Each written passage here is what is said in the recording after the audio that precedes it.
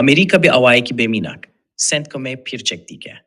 Pêka raporên li pêketina esmanî û raporên dînên bellawbûyî li roja çarşemî çarşîbatê zêdetir jî 108 filînên balafirên balhîlgir ên serbaziya Amerîkayê bo bînkeyên Amerîka li rojhîlata navîn û bînkeya stratejîk a Diego Garcia li Deryaya Hindê de hatîne kirin.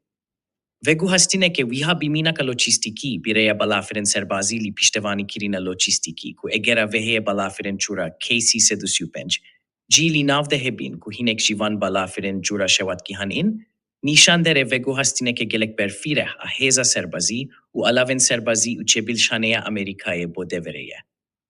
Ev yeka li rewşekê de ye ku dijhevî û aloziyên li navbera Amerîka û rejîma Îranê her li asteke metirsîdar bo rejîmê de ye. û Amerîkayê çendin caran li derhek berfirehtirbûna bernameya navkî û mûşekiya rejîmê, pêdegirî li ser hewcehiya re girîkirin li wan kiryar û pîlanên rejîmê kirine.